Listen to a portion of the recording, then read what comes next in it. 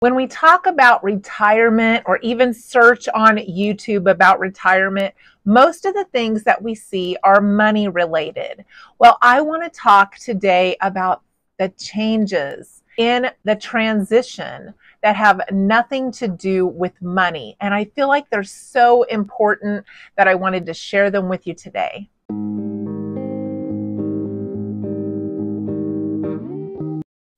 Metal will rust and water will become stagnant if it is just let be. And none of our life is just stagnant. We have so many chapters of our life, from being an adolescent to growing into high school age to then becoming on our own, maybe getting married, having children, owning our first home, watching our children grow up, and that stage of feeling like they're never going to grow up, and then poof, they're growing up and it's moving day. And then trying to transition again into the loss of the children leaving, or maybe being excited about our new phase of life of empty nest, continuing our work and finding value in what we do every day, or maybe finding those 50s itchies where you decide, hey, I'm winding down in my career and I really want to have this freedom that I know is out there. All of those stages look somewhat similar for some of us, but also somewhat different. And today I'm going to share with you some of the transitions for me and some of the things that I have experienced as I am now 8 months into retirement. I've spoken to you about the excitement and how I couldn't wait, and how I was preparing for that day when I had total freedom. And one of those first stages is not having a schedule, being able to get up when you want, figure out what you want to do for the day, maybe vacation. I spent the winter in Texas in my RV. All of that was super, super exciting, and I enjoyed every single minute of it. But some of the things I didn't share with you that I'm going to share with you today is I retired at the end of October, and in November I had myself scheduled to go to a work conference, and I did that on purpose. I am a licensed nursing home administrator. I have been for 24 years, and I planned this because not only did I know I was going to have the time to do it, but I wanted to see if there were people out there that I could still network with, to maybe keep those avenues open, to kind of see what changes there had been in the business while I had been working for the Department on Aging for the last 2.5 years, and to just experience that. I knew there had been a lot of changes in regulations, and I just wanted to go and see how I felt after that conference. I sat through that conference looking around the room, seeing hardly anyone that I knew. All of the faces had changed. A lot of the faces were younger. Very few people my age, or the people that I was familiar with, that I had networked with over my entire career, were no longer sitting in that room. And then I listened to the speakers, and I heard the magnitude of the changes and the responsibilities.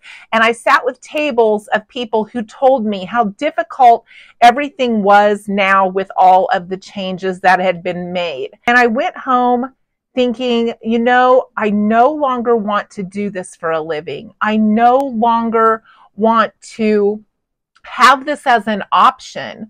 I have it on my resume if I would ever need it and decide to go back to work, and maybe it could get me another job in another area with that experience, but I no longer want to do that. And that was a really transitional feeling for me, to come home and realize that this was something I was ready to let go of. So when I came back from Texas, I still had boxes stored of trainings that I had created, that I had used over all of those years. I still had manuals from the state. I still had contact numbers for references and different areas with the state that I needed to be able to reach. And I decided at that point I was ready to let them go. My license renews every 2 years, and at the end of June, I am letting it run out. I had kept it active all of these years, and I realized that at this point I was ready to let it go, and I was okay with that decision. Sometimes during these life changes, we have to determine internally, and it's a very private journey for us to determine what is still important to us, what we want to let go of, when we're ready to let go of something and be okay with that. I have to have a lot of training hours every 2 years. They are very costly. I also have to pay for my license renewal. And all through this time, I've been doing that. But I decided at this point in my retirement, I no longer felt that that was of value to me to put out that money for keeping that license. I also went through my emails and I unsubscribed from all of the professional organizations that I was still getting regular emails so I could keep up with what was going on. Sometimes we have to adapt to the idea of letting go of something that was such a big part of our life, of our identity, and our career. The life cycle is supposed to change because our situations change throughout our life, and retirement is no different. It is a transition of a lot of different stages that we all hit at different times. And I am in that stage now where I'm ready to let go of some of those things that I worked so incredibly hard for, like that license. But there's other things that maybe we are ready to change or adjust to. I have shared with you before that I decided to transition to letting my hair go gray, and I'll link a video talking about that at the end.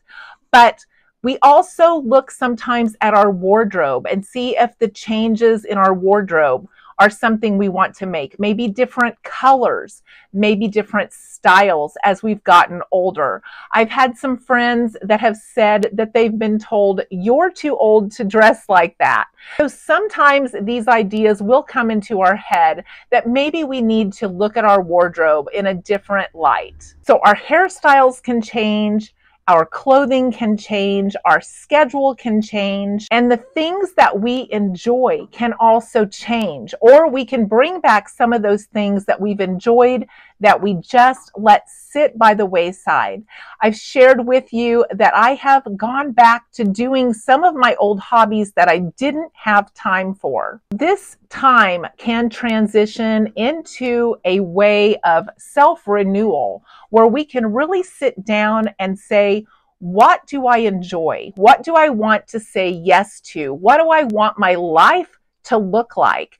And then say no to everything else. We are not supposed to just go through our life stages. We are also supposed to grow through those life stages. And many times we don't even realize that we are changing or that we are growing. Maybe we just feel dissatisfied or maybe a little depressed or a little uncertain, unclear of what we're supposed to do next or why this uncomfortable feeling is sticking with us. And those are feelings that are trying to tell us that maybe we need to sit back and decide what we really want. Or sometimes we just have to get through that uncomfortable feeling to the other side.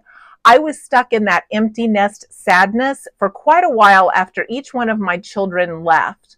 But that uncomfortable feeling was necessary. I needed to go through that to decide what I wanted my life to look like now without that child in the home and what I could do to enrich my life now that all of my contentment and happiness wasn't focused on them. They had their own life to live, and I needed to focus somewhere else and let them live it. Even though I had 6 kids, every single kid leaving changed the dynamic of the home. When the oldest left, the second to the oldest then became the oldest of the house.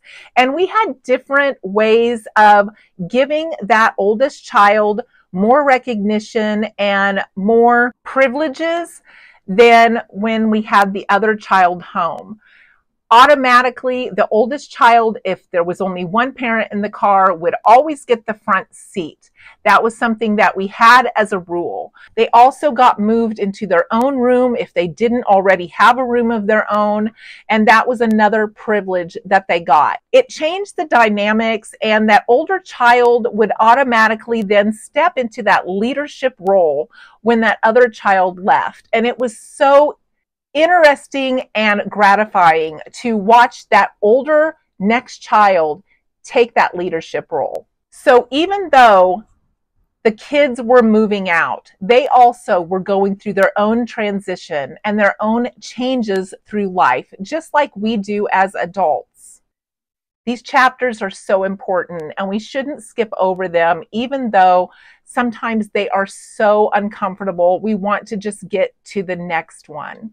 So are we letting go of who we were when we make those chapter changes? Sometimes we are, but letting go of who we were just opens the door for who we now are. And knowing that that is okay to let that person go or let that phase of our life go should bring us excitement for the next phase, because every phase has its pluses and every phase has its own rewards. So am I okay with letting that part of my life go that had to do with my career? Yes. And was I happy and satisfied and content with letting go of all of that old paperwork and those boxes of things that I had saved over my career that I knew I was going to need in the future? Yes. In fact, it felt so good to let those go. So no matter where you are in your stage of life, I hope that this video has brought you some comfort and some inspiration. Please let me know in the comments below, what stage are you experiencing right now? And if you feel comfortable, let us know some of the challenges with that stage and some of the rewards. Thank you for watching today, and I hope to see you in the next video.